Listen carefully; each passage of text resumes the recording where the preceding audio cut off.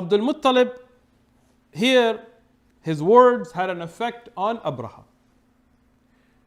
Ibn Sa'd and others, they record that Abraha here wanted to go back. He became afraid. Those words resonated with him. So he told his generals and stuff, he said, you know what, we've come all this way, we've made all these victories, yeah, let's just go back now.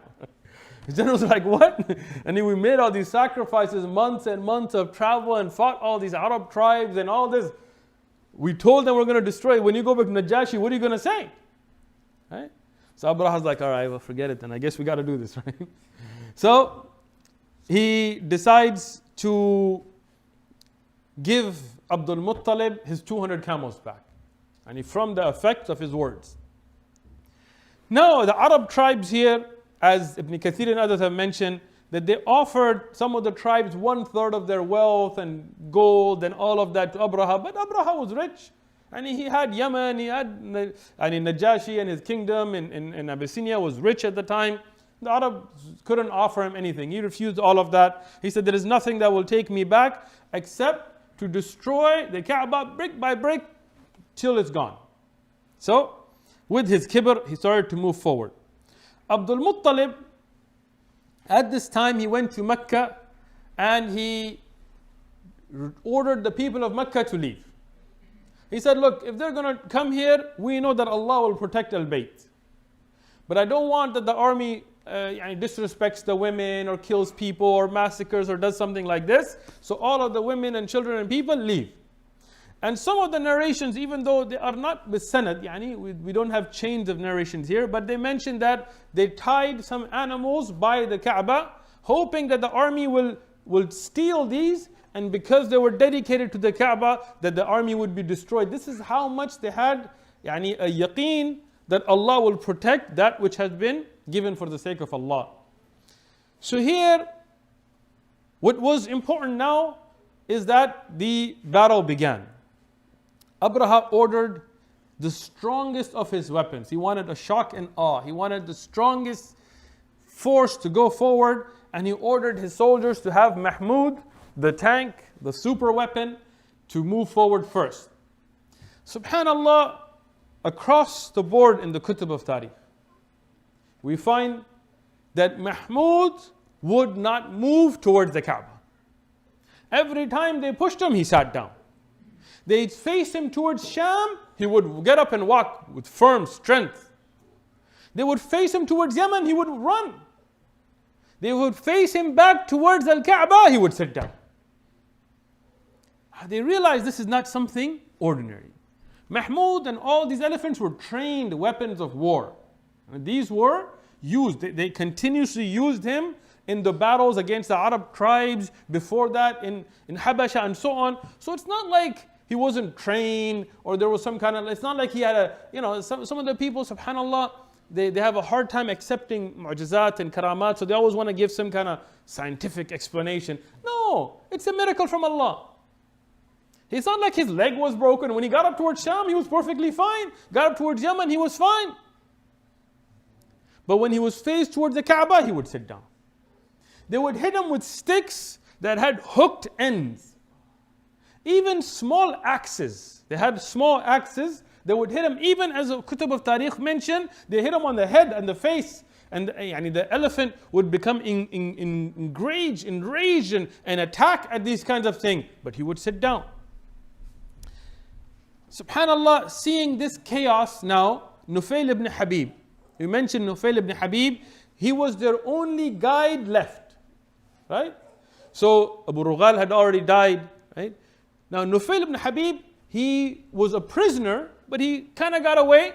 And he went to Mahmud and he told him, Ubruk, stay, Mahmud, or irji' rashidan. Either stay where you're at or go back to where min jayta, from the where you came. فإنك, for verily you are في بلد الله الحرام, in the holy land of Allah.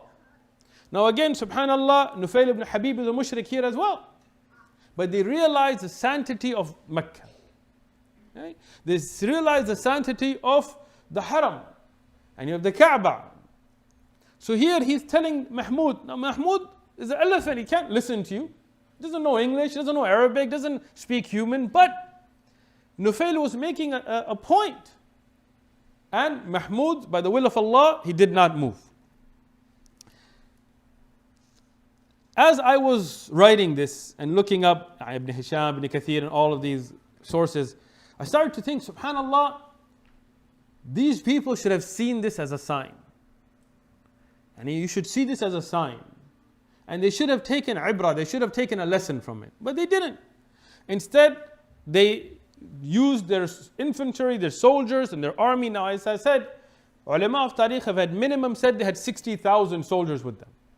Many ulama said 70,000, but even if you take 60,000, there's an empty city in front of you. So it's not like a big deal to go and defeat it.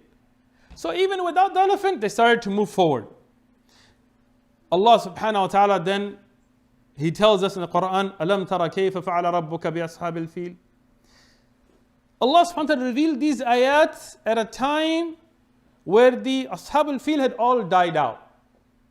According to ulama of tariq, none of them were alive when these ayat were revealed. Even though this is early Meccan surah, but the people were not there.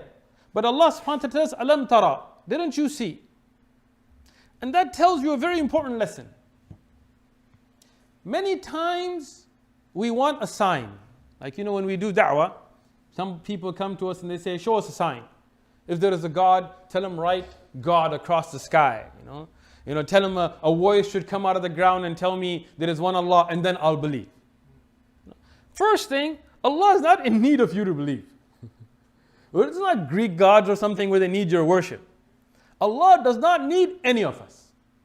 If all of us made kufr, and the worst kufr, altogether it would not take away from anything from the treasures and greatness of Allah subhanahu wa ta'ala. It is us who are in need of Allah.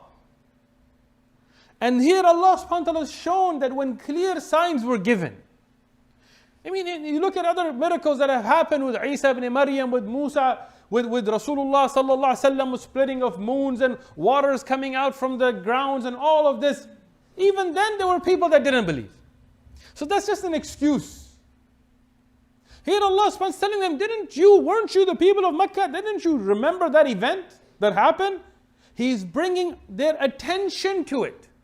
Even though Allah subhanahu wa ta'ala knows they didn't see it. This is a style of teaching. Right? Sometimes in durus, I will ask a question that I know the student doesn't know the answer to. But there is a point to grab their attention, so when you give them the answer, it will sit in their memory, in their brain.